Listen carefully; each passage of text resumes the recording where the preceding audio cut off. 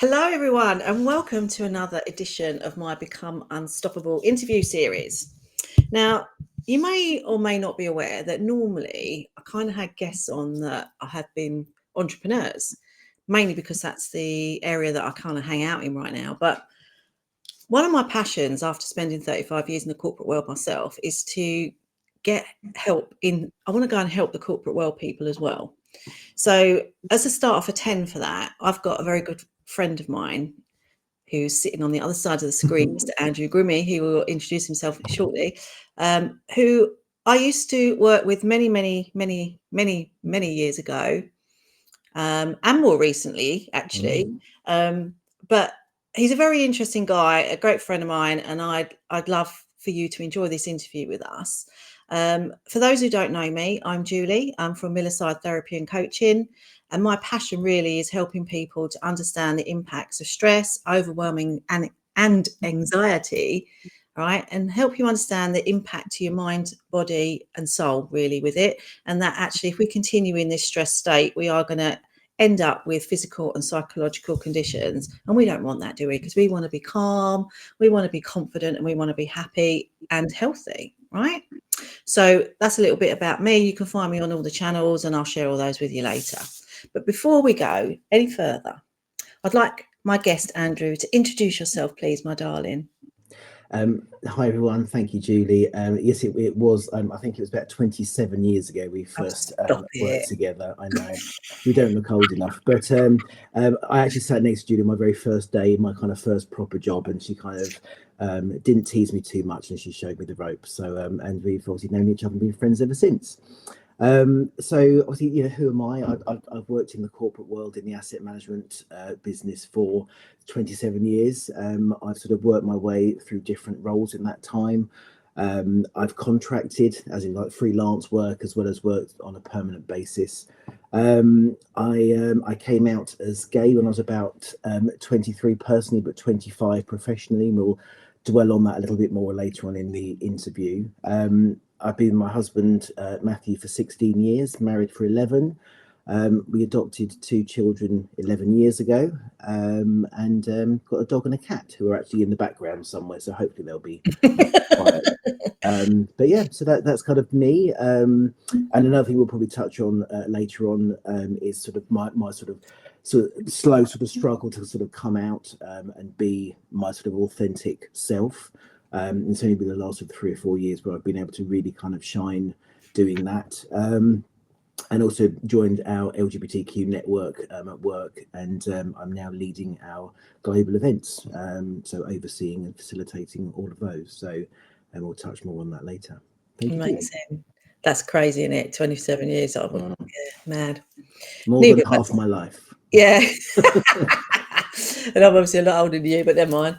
But yeah, so thanks for that. And I know one of the things we want to talk about during this interview is, you know, the stress and overwhelm and anxiety that most people experience at work. We say the corporate work, but that could be corporate world, but that could be, that's just any employment really, isn't it? Or any walk of life really. But we're going to touch on that. But before we do that, and Andrew, can you answer my very special question that I ask all my guests, which is, what does being unstoppable mean to you?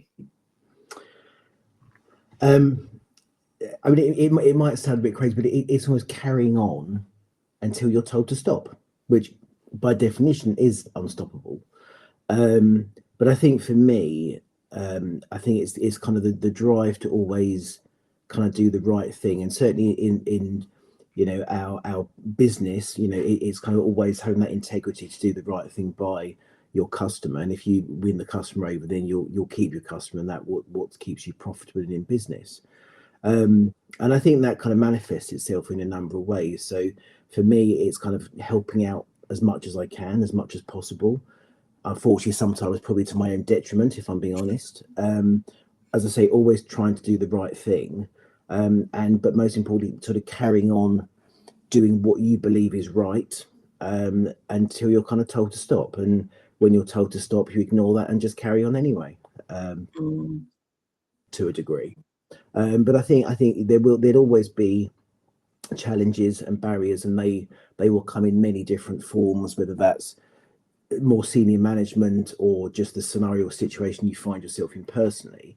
But I think just being able to kind of just keep an eye on the vision and the goal, and to really kind of just keep striving for that, I think is what kind of keeps you going, and what keeps you being unstoppable. Like that. Yeah. And it's funny, actually, when, you know, I left the corporate world completely, probably 2.5 years ago now. I lose track. Time just, I can't believe COVID was like 5 years ago. Just, I can't comprehend really. But the journey that I've been on, I didn't even realise that I live my life stressed, burnt out sometimes, definitely lacked confidence. Although I came across as quite a confident person, inside I wasn't.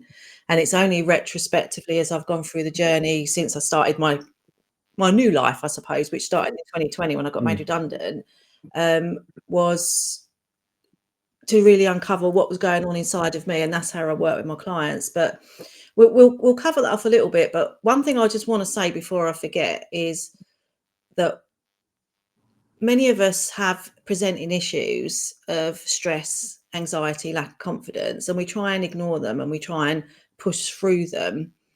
And sometimes we can feel like we're succeeding, but actually you'll still find yourself being held back and pulled back. And until we work on what's going on inside ourselves, then we will struggle to become unstoppable, I think. But anyway, that's enough of that. We'll come back to that in a minute.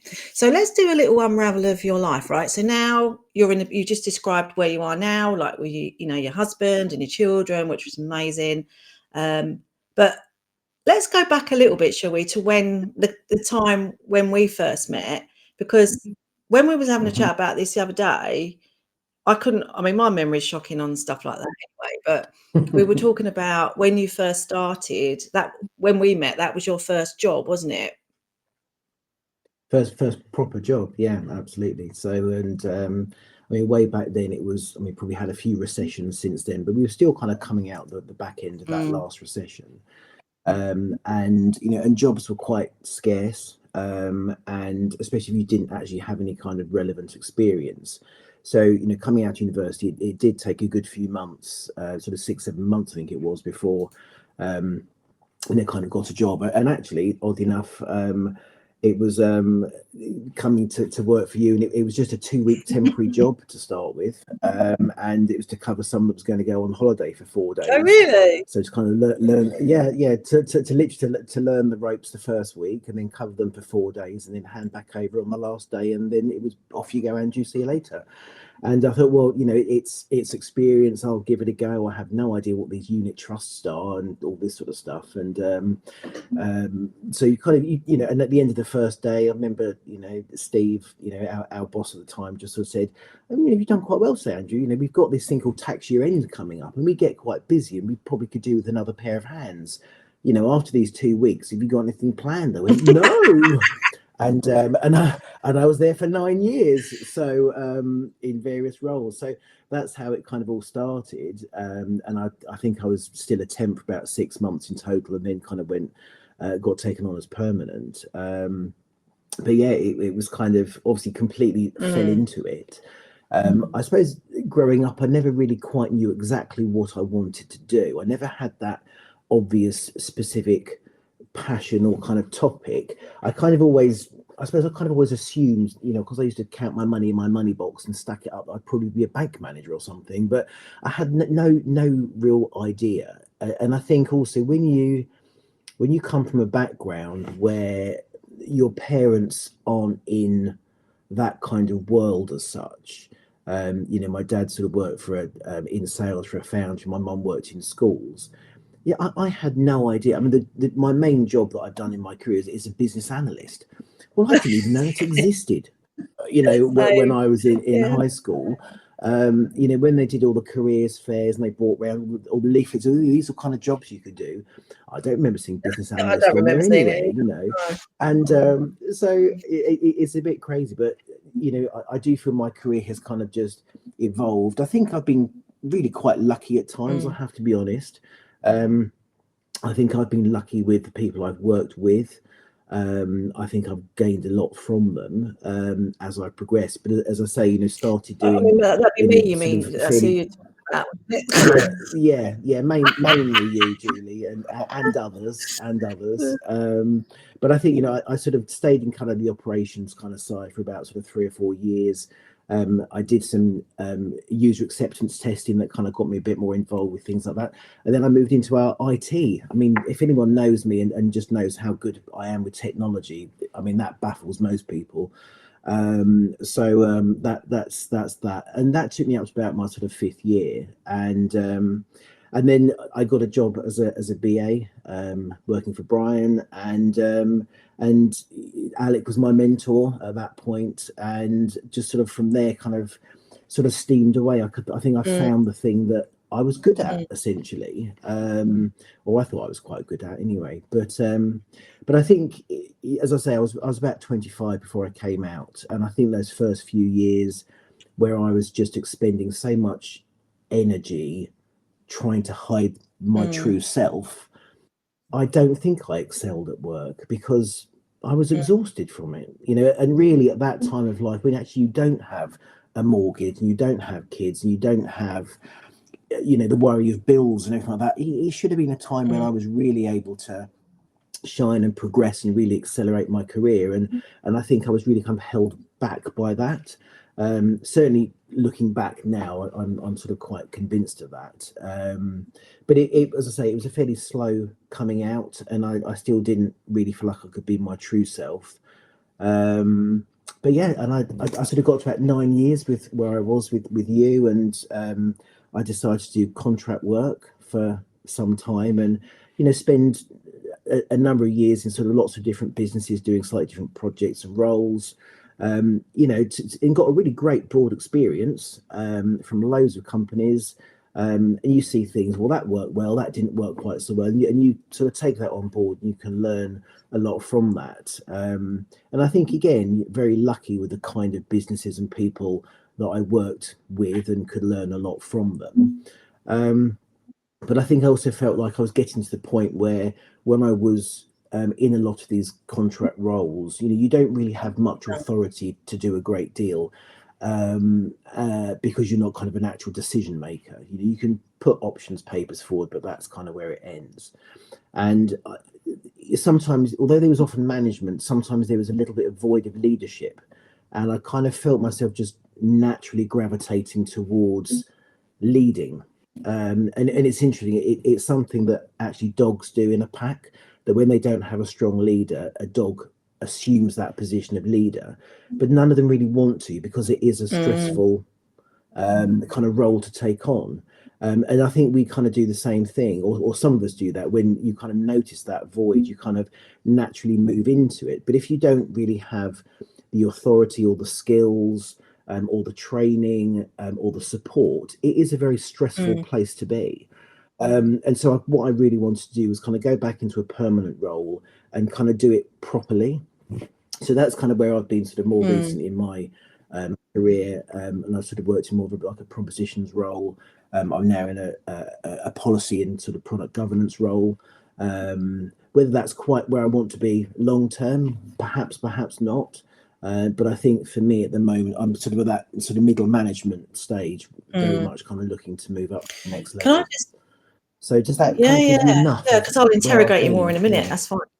But what I Okay. want to point out, though, to you is, in some respects, you just reminded me of myself, really, how I used to, or probably still do to a point. Like you said, I've gone into these roles and I was very lucky, and did.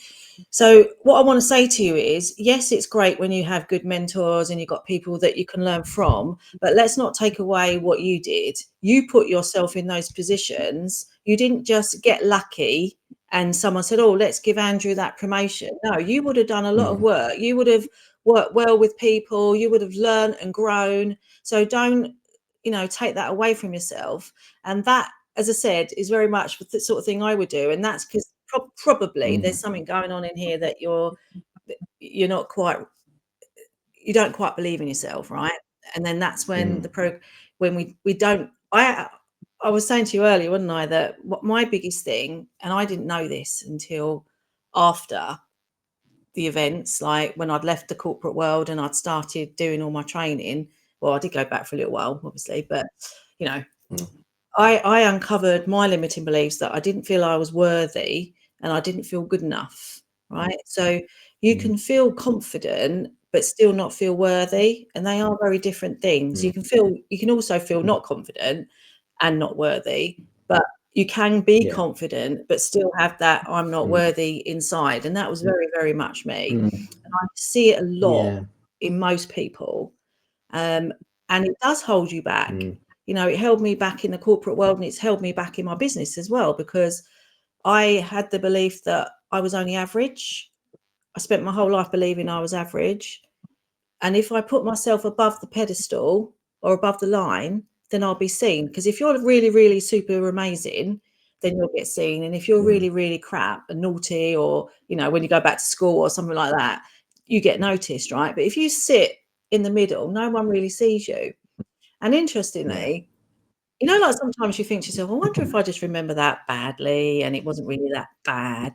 And I remember once my son was around my parents' house and they were sorting out a cupboard or something, and they found some of my school reports, right? Now, I was as good as gold at school, never had a detention, you know, but I got average marks. I was good at some things, rubbish at some others. And he brought some of my school reports home. Now, back in the day, they were handwritten.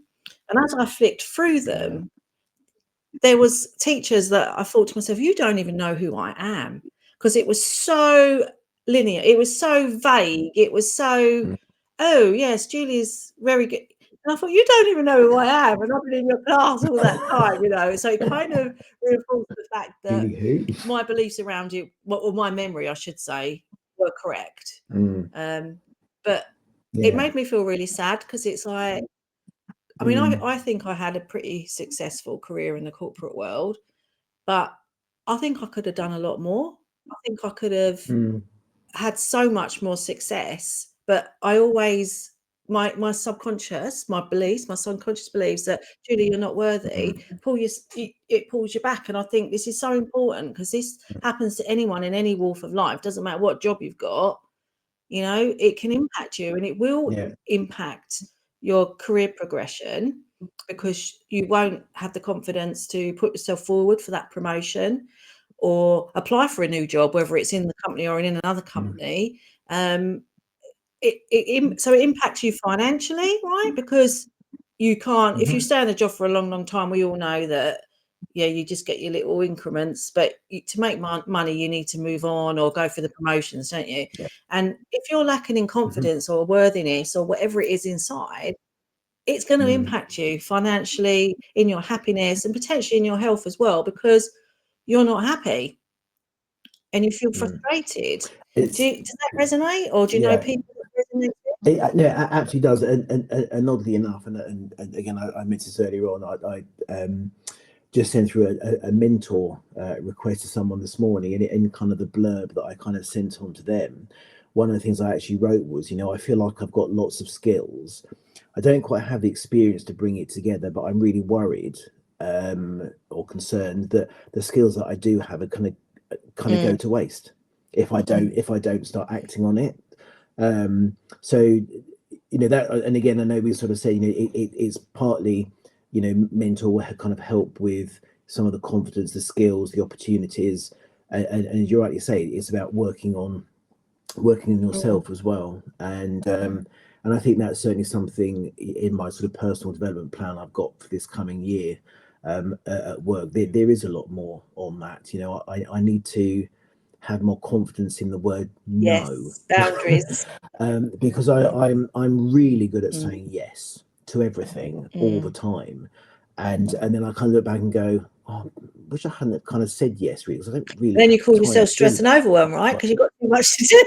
Exactly, and I think because if you're someone that genuinely cares about the outcome, you want to do your best, but to do your best involves time, effort, and if you haven't got that, then you're squeezing things left, right, and centre. So I was very proud of myself yesterday when there was phase 3 of a particular project was about to kick off, and I said, I think this is probably the time I should bow out of this project. And I was really proud of myself because I thought, I did it in a really constructive way. There's been some reorganization in the company, and it just meant that a couple of teams have kind of come together. And I sort of thought, well, you don't need me, and this other guy, because in theory, this other guy should be able to handle all of that because it's now part of the same team. You don't need me as well. So actually, that was quite a big moment for me. I kind of almost smiled after I sent the send button. Like, oh, I've done it! Look at me. And I think there are those little things. We need to do more of, and we talk about sort of time management all the time, and we sort of say, oh, we need to set aside some time. We don't have to answer emails straight away. We can just set, sort of block out 2 or 3 hours, really focus on something, get something done, get the headspace correct for what you're doing, and then come back to emails. But I think part of the problem, most companies these days, they have an email system, but they also have like an instant messaging type system. And what I've actually been finding more recently with the new, I think it's Windows 11, is that when you get certain emails, you then get a notification in Teams to tell you you've had an email. Equally, you get emails to tell you you've had a message. So everything seems to be doubled up. And so you find yourself almost continue to delete. And then you go, oh, crikey, I've deleted something I shouldn't have deleted. And then go into the deleted folder to try and find the thing you've just deleted that you shouldn't have done. And you kind of think that's all really just non-value add stuff. And but it takes time. And so if you're trying to do that in a rush, that's when kind of mistakes can happen and risks can kind of happen. So, really compartmentalizing your time is something I advocate strongly, but hardly ever do. As soon as worse than a teenage kid with their phone, something goes ping and they go, oh God, who's that? What do they want? What do they need? And I think it is that drive to kind of please others. And I think partly that's kind of born out of the fact that if I'm working on something, if I ask someone a question, I'd be much happier if they kind of answer me really quite quickly, because then I can just carry on what I'm doing and I can get it done. So I kind of think the same, but it's not always reciprocated. And maybe that's just because their time management actually is a lot better than mine. I think what you're saying there, right, I 100% agree, right? Because when I work with my clients, and in particular in my group program that I have, it's all about teaching people that you are the most important person, right? And it goes back to self-care. Now, self-care doesn't mean that, oh, well, I have a shower and wash my hair. Not that kind of self-care. Obviously, that's all part of it, but it's more than that. It's about, you have to keep your cup full, otherwise you can't help other people. And most of us have been on an aeroplane with the, don't put, when the mask drops, put yours on first before you help anyone else, right?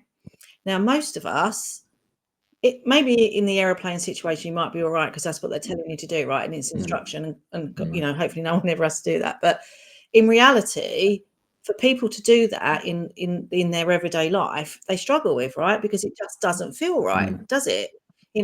Especially, I mean, I don't want to single out sexuality people, whether it's men or women, but for me, I was a working mum, and I was working full time. So I was like busy doing my work stuff. I'd come home and everything's like to actually go, well, hang on, I can't do all that because I can't take time for me because I haven't seen my son all day and I haven't done, and it's really, really difficult. You've got a family. It's the same, isn't it? It's about, it doesn't matter what role anyone's got, does it? It's the fact that there's so much to do, and the thought of actually saying, do you know what, I need to have 10 minutes, 15 minutes to go and meditate, and then I'll come and deal with you and cook your dinner.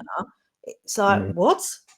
But the reality is, if we don't put ourselves first, then we end up getting sick, we get tired, we end up getting physical or psychological conditions, and at some point our body will go, right, that's it, Andrew, you've not been listening to me. Now I'm going to make you sick for a week, and now you can't get out of bed. Right? And you're like, oh my God, this has come up at the most horrendous time because I'm so busy. But what's happened is, when we don't take time for ourselves and we don't stop and we don't get ourselves in the present moment for a little while, then we can't listen to our body. And when we can do that, our body will be saying, Andrew, can you just slow down a minute because you need to rest? But you're not listening, right? So you go on and carry on, and then it has to hit you. Most people have experienced that, right? Absolutely, yeah, absolutely. And I think there's, I would say at the moment, and my other half has said just recently, you know, I'm probably busier now than I've probably ever been since we've been together. And I think, you know, partly, you know, that's obviously because we do have, you know, our lives build, don't they, over time? You know, you kind of gather children and pets and bigger houses and roofs that need fixing and gardens that need weeding and everything else. And you kind of build your life over time, and it's quite hard, because I think there's that kind of sort of human psyche that we kind of want bigger, better, more all the time. It's quite hard to get out of that kind of psyche.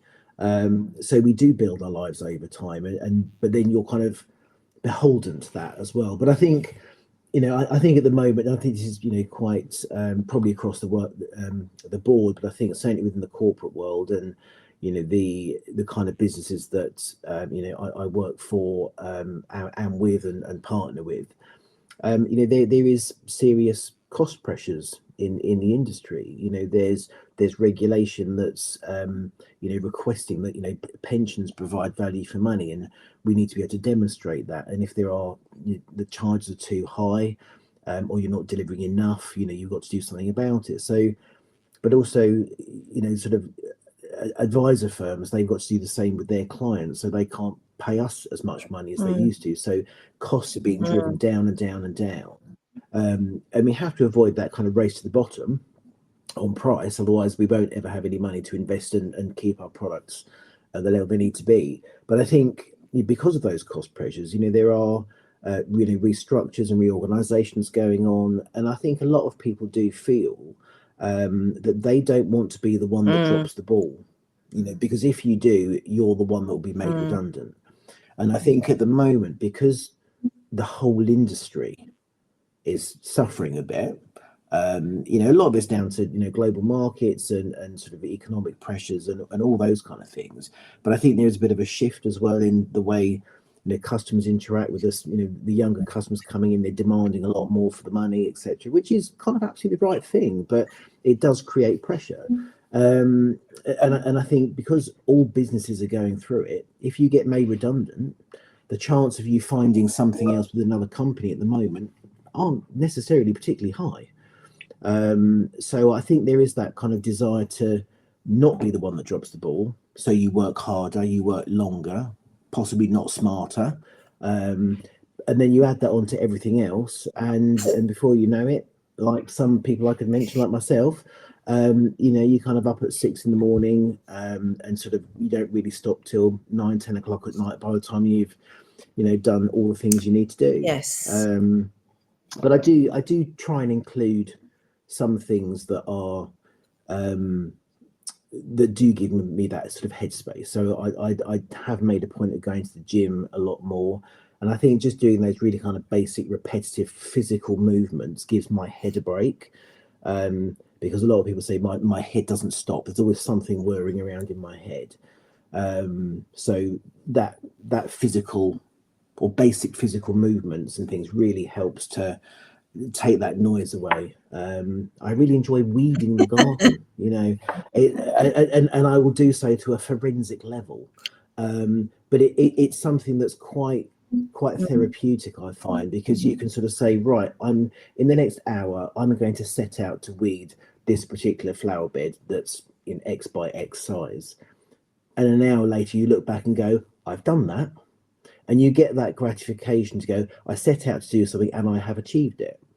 And it's quite contained within time. But I think a lot of the projects we work on in work, they're 2, 3, 4 year projects. Sometimes you don't do it from the beginning, and sometimes you don't see it through to the end. So where's the gratification in that? It gets lost somewhere along the way. So I think those kind of small sort of physical tasks where you set out to do something, you set a goal, and very, very quickly you've achieved it, and you go, great, marvelous, and you kind of you get that sort of emotional and sort of mental pat on the back, which I think we all need from time to time. So a few things I'd say about that, right? I know it's easier said than done, but having been in the corporate world and knowing exactly what you're saying, and now being on the other side of the world, not in the world, but you know what I mean, with the insights that I have now, I totally understand where you're coming from, but what we have to understand is working ourselves from, like, you know, the hours that you're, sorry, I keep doing that, you can't see my arms. No, I can't. No, it looks like you're not working many hours. Keeping me No, I'm not doing anything at all. But the point being, right, we can be too busy being busy.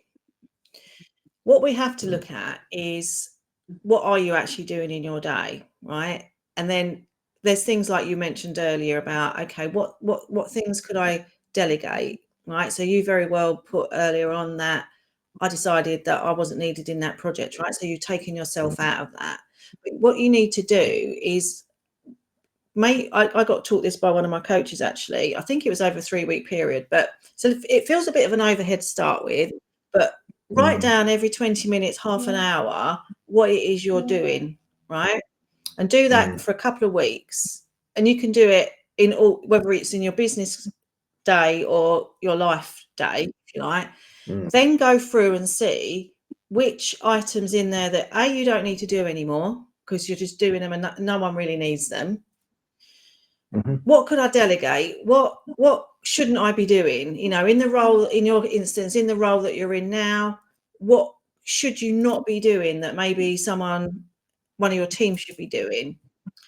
But it's really about, sometimes there's things like, we pick this up and you get caught on, I don't know, whether it's your sports app or whatever app it is, or pinging, turn it off. Have an hour where you've turned it all off. I hear you in terms of, because I've got WhatsApp on my desktop and it's been pinging just now, and that was like irritating because I could hear it and I could see it, right? And I'm doing a live interview, but it still distracted me, right? Yeah. So we have to take away those distractions as much as we can. So give yourself a phone free at half an hour. Give yourself time to evaluate what you are doing. And as I said, what can you delegate? What can you get rid of?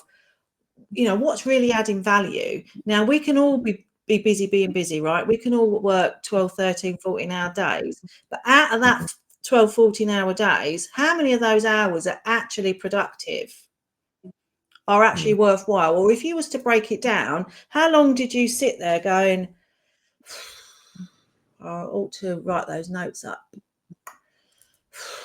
You know, Probably not actually that long with me. I have to I'm be just going to honest, get but yeah, distracted on here you're for a absolutely minute. right. Do you know what? Probably now I might as well go and make myself a cup of tea, because now I've distracted myself.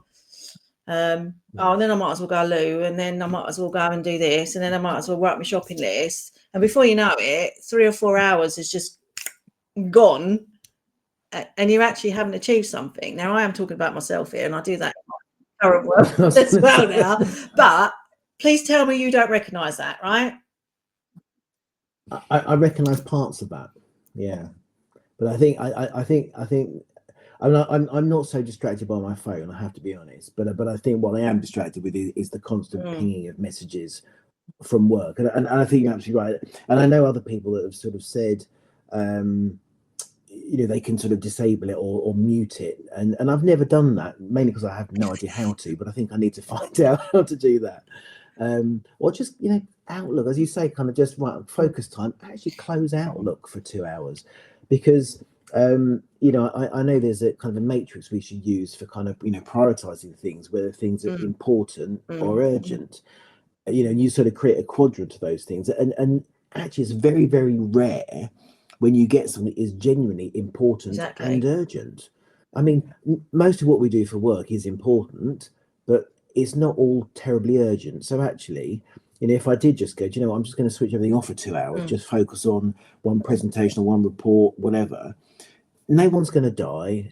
But it's, you're absolutely right. It's about us training our minds to kind of get out of what we think we should be doing and actually start doing what we should be I think doing. a lot of this as well is, we hear a lot about ADHD and all these other isms and stuff out there, right? And I'm not saying they don't exist. I'm just saying that I think we live in a society now where everything is constant.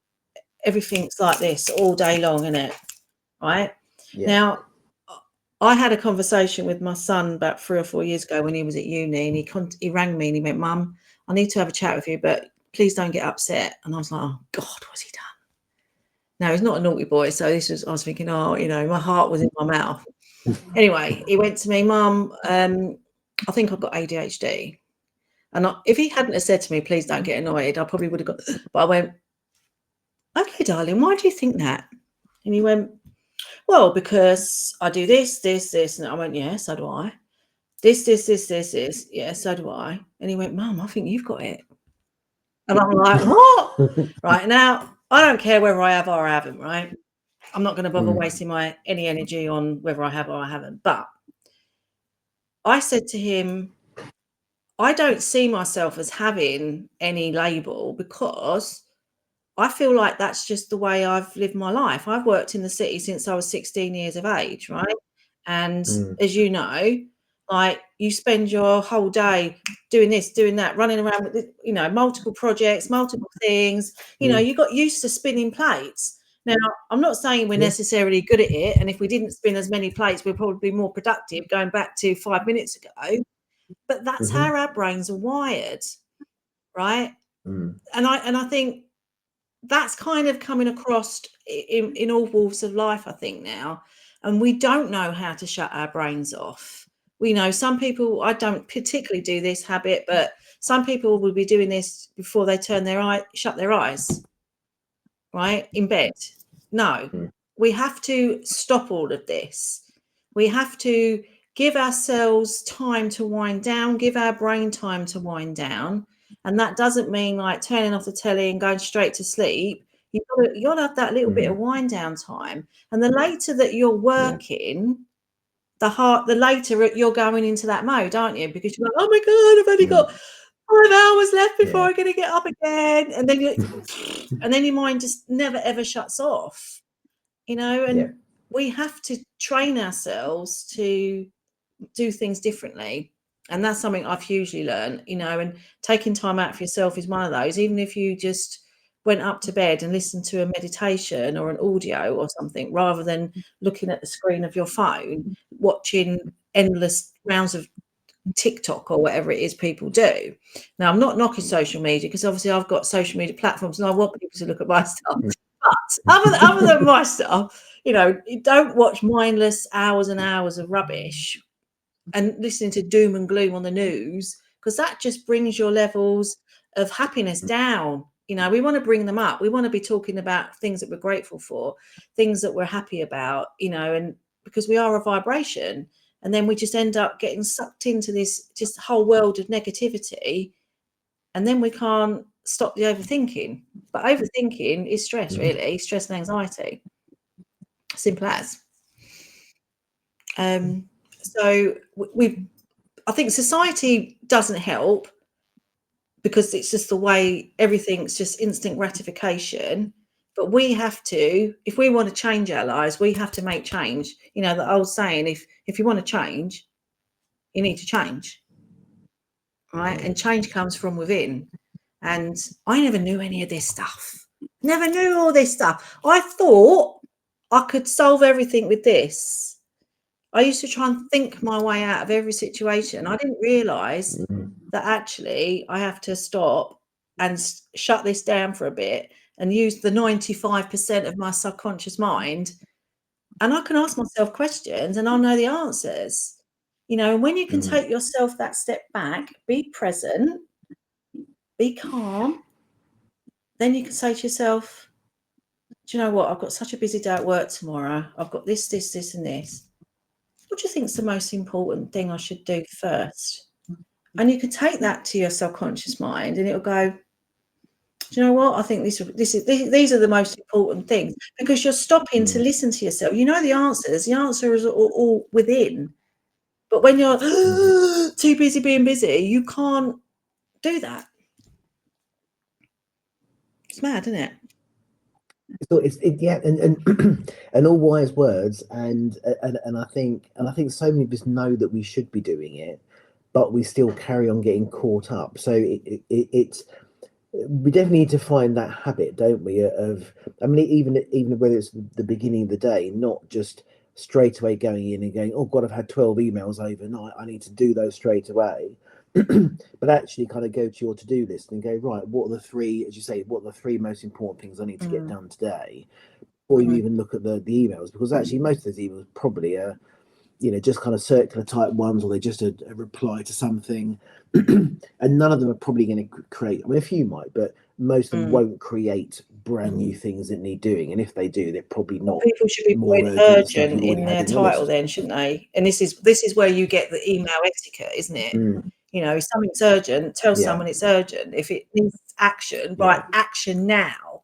Don't just, and then you get caught up in the replies. Then there's about 25 people on that email chain, didn't you? And then you just get, yeah, or a WhatsApp message or yeah, whatever. absolutely. And people get added, because I think there's a fear. There's a bit of a fear of making decisions sometimes, or certainly making decisions alone, or without input from others. And you're absolutely right. Email chains can grow and grow and grow. Before you know it, 2 weeks have passed. You've got 40 people on an email chain. You kind of think, Well, I sent you it to know you. I half sent those it to you, Andrew. You people. was on the list, yeah, but I didn't read it. Yeah, because Can't do you can't everything. deal with No. everything. No, and yeah, I mean, and I think as a sort of a corporate world, we need to get away from that. Because I mean, I remember when we first started working, we No. didn't even have Yeah. email. Do you remember those times? And I think it was probably about 2 years after I started, sort of working. There were certain people that had access to email, Certain but people, only yeah. certain people. And you had to To be get, very yeah. senior to have an You email say that. account. I remember when these things first came into play. It was like a little What was mouse, that? and Was you're that a like, mouse? was Oh like, right, what okay. am I supposed to do with this? But it's true. But we managed Yeah. perfectly well We used to without ring email people, didn't we, then. back in the Uh, day? we used to call people or go and visit them at their Yeah. desk, and I know it's slightly different because so many businesses have become so much more Yeah. global.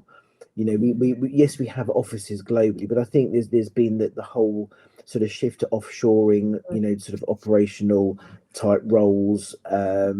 So many people do have teams that are split geographically and over some pretty substantial time zones.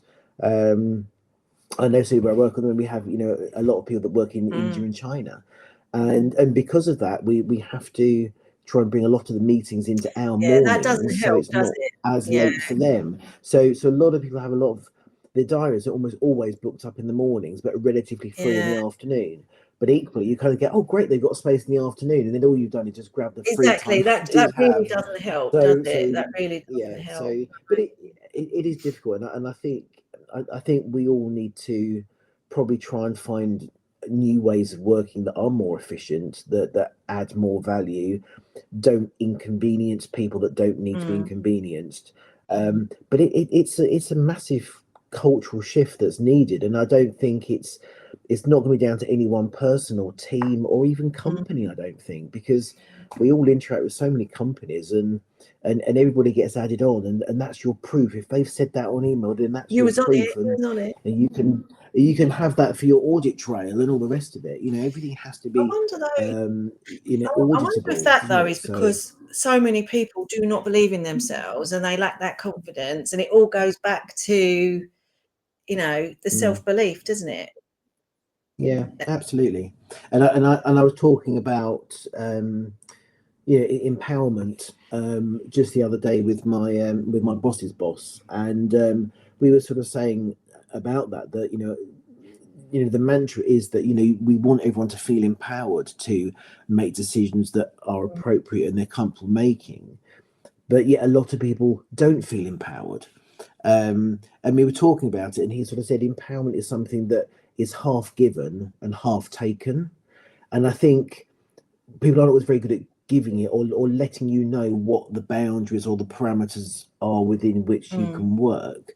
But I think equally, we're also pretty bad at saying, yeah, I'm happy to make that choice or that decision, or and be able to stand by it. Because I think there's that doubt creeps in.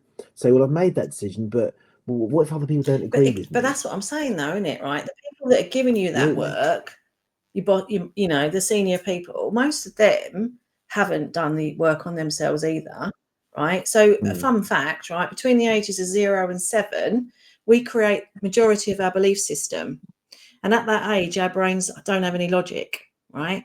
So, imagine in your adult life now, everybody who hasn't upgraded their software and making decisions in their life, in their career, maybe on a decision they made when they were 5 years old. Who does that? Well, unfortunately, most people, right? You know, you have your phone, you have your laptop, your PCs, but after a while, you have to upgrade them, don't you? Because they don't work anymore. Same with us. If you don't upgrade your internal software, then unfortunately you are going to be sluggish. You are going to be outdated. You are going to be making decisions on things that you probably shouldn't be making decisions on, or you're making the wrong decision. But everything's triggering back to when you were that age. So when you get triggered by someone, you know, you might be in a meeting and then someone says something to you and you like overreact. Well, it's not really anything to do with that person. It's what's going on inside. All right. You're being triggered by maybe a childhood experience. It might be someone spoke to you in a tone of voice that reminded you of someone, maybe of a teacher or your parent or something like that. And all this childhood trauma. And when we talk about trauma, it doesn't necessarily mean that you were raped and pillaged. It just means that you created beliefs that you didn't feel safe, that you didn't feel secure, that you didn't feel loved, you didn't feel worthy, right? It's still trauma in your body, and it creates a physical reaction. And when you're, you know, having a stress moment or an anxiety moment, your body reacts. You know, you might get the heart palpitations, you might get the horrible stomach feeling, and you think, well, where's that all come from? But it's coming back from the past. It's coming back to haunt you in your current. You know, so. And this is why I get so passionate about it, because I didn't know this stuff. And now I do. I want other people to know this stuff, right? And what I love about it is it's not rocket science. When you know the basics and you start learning the emotional intelligence, it isn't that difficult. It's not, you don't have to be a brain surgeon or a doctor. I mean, trust me, language, Julia, I was going to say something, but, you know, I never saw myself as an academic. I never saw myself as smart. You know, and I probably to an extent I still don't, but, you know, I hate quizzes because I can't answer any questions, but that's okay, because maybe that's not what I was there for, brought on this world.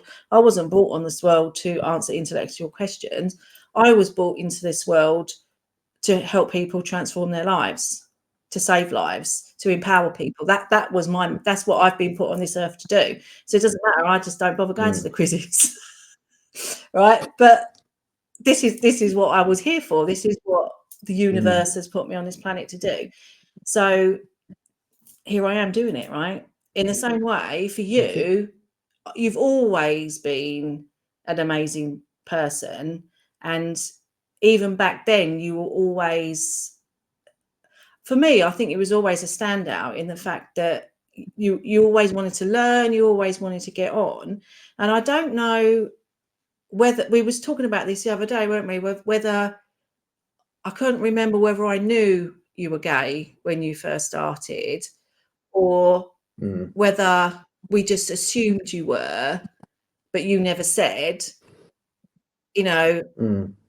Well, I never said in those early stages, because like a lot of people, you kind of remember different times and you remember which office location you were working in. And I remember when I came out, we were in the Islington office, and obviously we were at Counting House to start with. Then we moved to Lombard Street for about 12 months, and then we moved on again. So I remember it was in Islington, which was the third office that we were in. So I remember that distinctly. So I mean, if you did know, you never told me I was gay. So but I think also, I mean, it's one of those things, and as I said, you know, I do a lot of work in the LGBT network, you know, in my current role.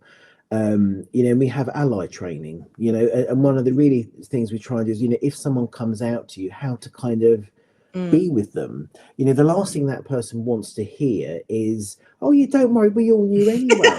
It's like, because that person has just spent the last God knows how many years of their life thinking they've done an amazing job of hiding something, and they're now telling you, and you've just undermined their entire beliefs of the last goodness knows how many years.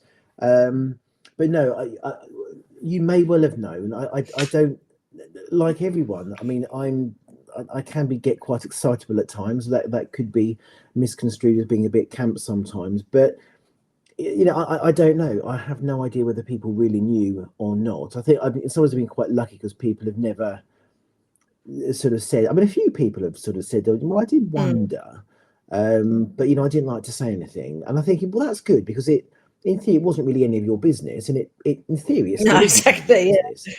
But I think, but what it kind of comes down to is, you know, when people have, and whether they're gay or whether they've, you know, got a neurodiverse condition that they maybe aren't ready to share, you know, or anything else, or a particular belief, or religion, or anything at all, they're not willing or ready to share. There's just that constant kind of worry that you're going to let something slip. So if you're, you know, gay or bi or trans or whatever, when someone says, "Oh, how was your weekend?" you can't go, "Oh, well, I went out clubbing and, you know, I met a guy." Oh, oopsie, damn, missed it, you know. And that's kind of thing that you're, and that is that heightened awareness of self that we spoke about earlier, is just kind of so utterly draining. You know, and I know obviously at the moment, you know, there's lots of talk about, you know, DE and I in workplaces, and the fact that, you know, especially in the US, that they're hang on, whoa, what D and what? DE and I, diversity, equity, and inclusion. You can't use those. Not everyone knows what these things are. Sorry. You're not at work now, you know. And sorry. And but it's, you know, what people are sort of trying to sort of make out now is that there's so that positive discrimination, but actually most DE and I practices, that's diversity, equity, inclusion practices. That's right. I won't do it again now. They're not actually about positive discrimination. Actually, it's about leveling the playing field, because it's not level. You know, there are, you know, that playing field is full of, you know, danger, divots, craters that people have had to negotiate, whether it's just early career, like myself. As I said, you know, first 3 years of my career, I felt were really stunted. And even the next 10, 15 years after that, I wasn't really fully myself. And it's only really when I got to about 45 years old that I felt I could genuinely be me at work. Now, what changed then? What changed at 45 then, that you felt that you know? No idea. Maybe it was just a feeling of, I'm in a permanent role. Maybe that was enough, that I felt like I had a home, I felt comfortable, I felt secure. Maybe it was that. Maybe it was partly that I joined the LGBT network and felt that level of solidarity and positivity from other people, and could have those shared experiences. I think part of it might have been me becoming a visible role model, and actually putting some of myself out there for the whole world to see, being a bit vulnerable, but actually then getting people coming up to you saying really nice, positive things, which kind of makes you feel like your actions have been endorsed. And I think that gives you power. And I think that's kind of probably was, so although I answered that to start with, I had no idea. I think I probably have just answered it, to be honest.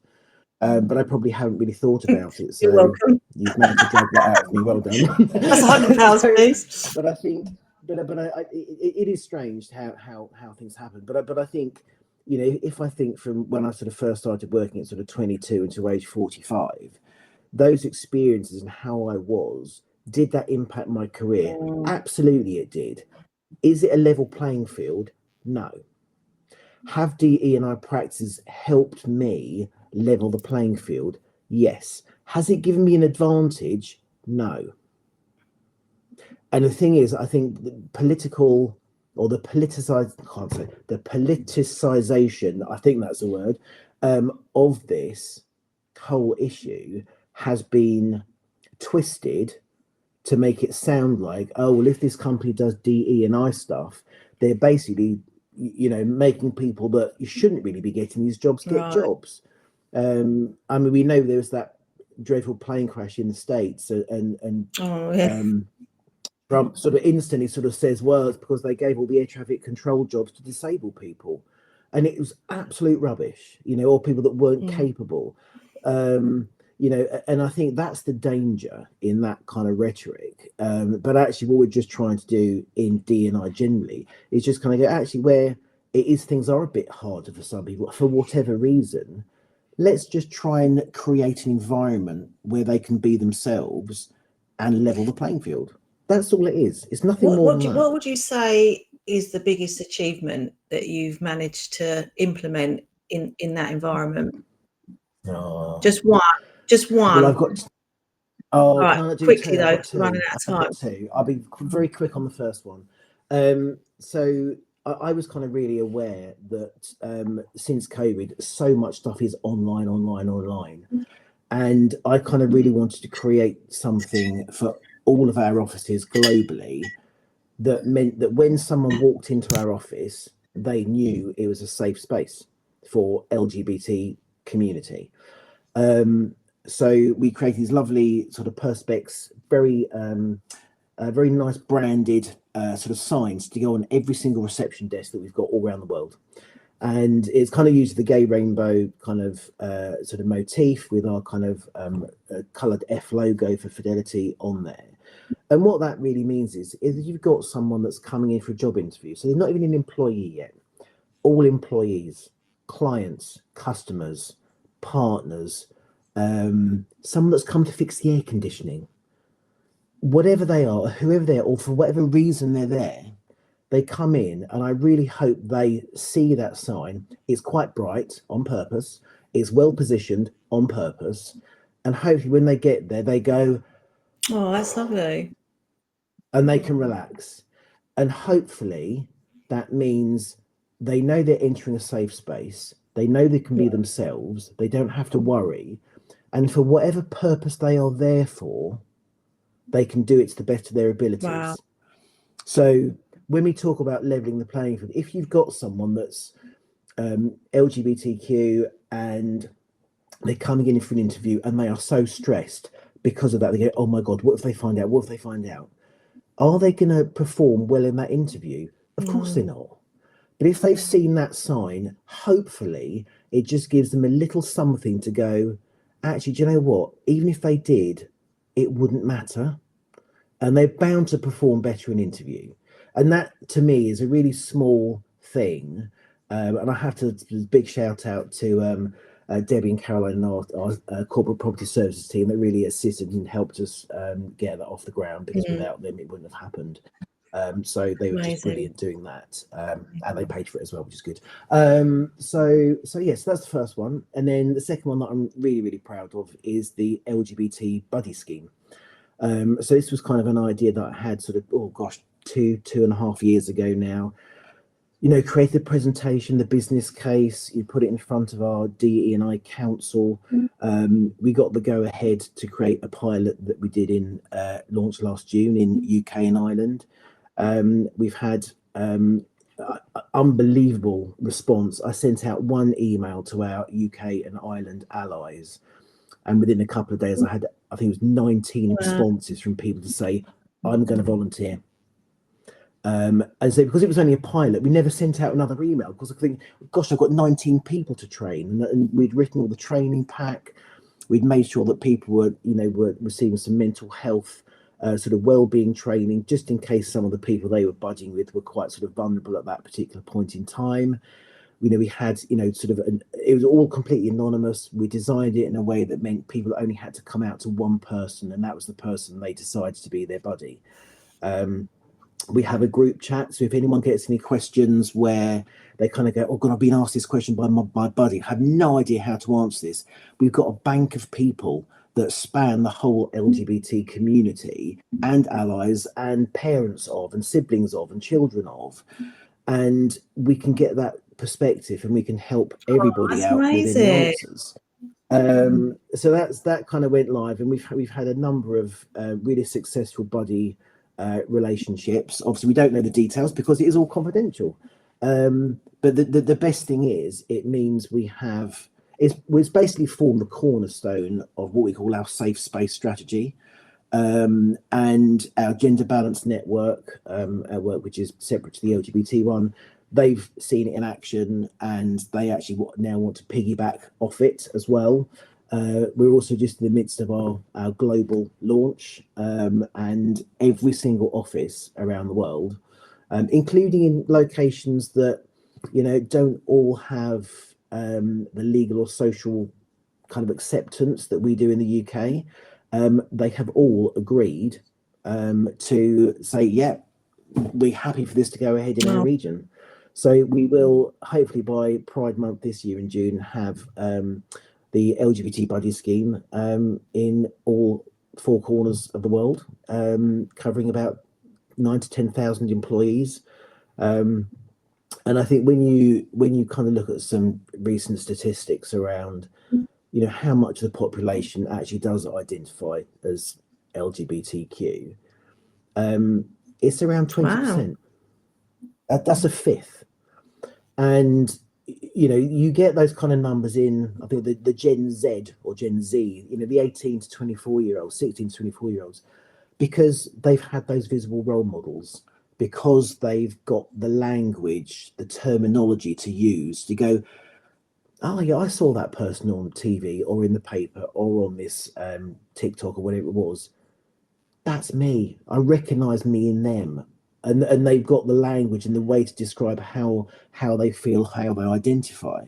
Whereas we didn't really have that growing up. It was that whole, I'm the only gay in the village syndrome. But actually, in actual fact, there's probably about 30 or 40 in the village, And but the older people get, the less willing they are still to openly identify. But the fact is, whether you're old or young, those percentages have never changed. People are people, and it's the same globally. You're no more like to be gay if you live in Taiwan than you are if you live in Mexico. It's exactly the same. Amazing. But the levels of social acceptance, that's what's different, and that ability to talk about things and be genuinely out, that's where the difference is. So when you consider a fifth of the population identifies as somewhere in that whole LGBTQ umbrella, that's a huge number of people. Huge number of people. And when you consider the number of people out of those percentages that are out and being themselves, and it's a fraction of the 20%, it just shows you how far we've still got to go. So hopefully those reception signs and that buddy scheme will just do a little bit to help people feel comfortable. Right. Let me ask you this then. Have you ever, we need to wrap up in a minute, right? I think we might have to do another interview because we could talk for hours, right?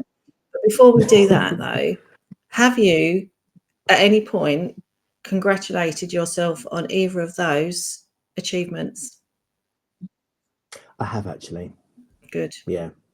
I have. I actually did a speech at our London Pride event, and actually our president was in, and our executive sponsor were in there.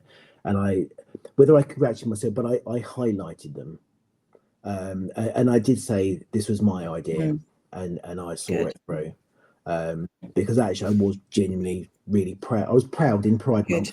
There we go. But I genuinely was really proud of that, and I thought it was a real achievement, and I did want people to know. And I wanted people to know it was me that drove that from start to finish. And I don't do it often enough. Exactly right. And this was my point, and this is why I wanted to say that, because knowing what you're like, I want you to, because this is the thing. Sometimes we do these things, and I've definitely guilty of that in the past. Not so much now, but in the past for sure. Even when I spent 4 years training to be a counsellor, did I tell anyone? No. Did when I got my, now I'm like, yeah, look what I've got, right? Because I thought that was showing off, right? What will people think? Who do I think I am? But actually, that's wrong. You should be shouting it from the rooftops. And who cares what other people think? Because if they think negative, obviously you want them to think positive. But if they think negative, there's something to do with you. That's them. That's them. Something going on inside, being triggered themselves, right? So when you finish work today, or finish doing what you're doing today, and you're, I don't know, whether you want to have a glass of wine, whatever you want to do, I'm not condoning drinking, but I want you to sit down and I want you to think about what you've just said. And I really want you to embed that and go, do you know what? I did that. And I want you just to take a few moments out of your day and just sit with that and think about it and go, I did that. I've transformed people's lives. I've helped, you said, oh, it's just a small thing. It's a huge thing, right? It might be a small physical thing, but the impact of it's huge. And I want you really to embody that. And I want you to go away and really feel that happiness in your body. And then I want you to remember that. I want you to bank that, anchor that in, do something to anchor that in. And any time that you're doubting yourself about anything, I want you to bring that in and go, remember that time when I did this, or whether you're going for an interview or whatever you're doing, or going for a meeting or something like that. And they say to you, can you give me an example of when you feel like you've really stepped out your comfort zone? Or can you give me an example where you've really made a difference? Bang. You don't even have to think about it. Competent-based questions. Right? Yeah, I know. Private joke. It is a private joke, yeah. Anyway, we do have to wrap up, darling. I'm so sorry. I mean, I'm more than happy to do another one with you another time, because I think this is... I actually have a board meeting to get to in about 15 minutes, so I probably do need to go. But thank you so much. I thoroughly enjoyed this. You're and obviously welcome. The conversations we had leading up to this as well. As I said to you, it's just a conversation. It's just two people talking. I was going to say SHIT, but I won't. We're not talking that anyway. We're talking about real life stuff that impacts real people, right? So anyone that's watching this, if you feel inspired and you want to go and congratulate Andrew, if you know him, go and do it, because he is an amazing human being. Anyone who feels that actually this does resonate with you and you feel like you want to come and work on yourself, then please come and see me, because I work with clients I've got an amazing group program called Your Breakthrough from Stress and Lack of Confidence to Inner Peace and Clarity. But if you want to expedite any results, then come and work with me on a one-to-one, and we'll get to the root cause really, really fast. You're instant. It's none of this talking stuff. We get to the root cause and we free you from it. So thank you.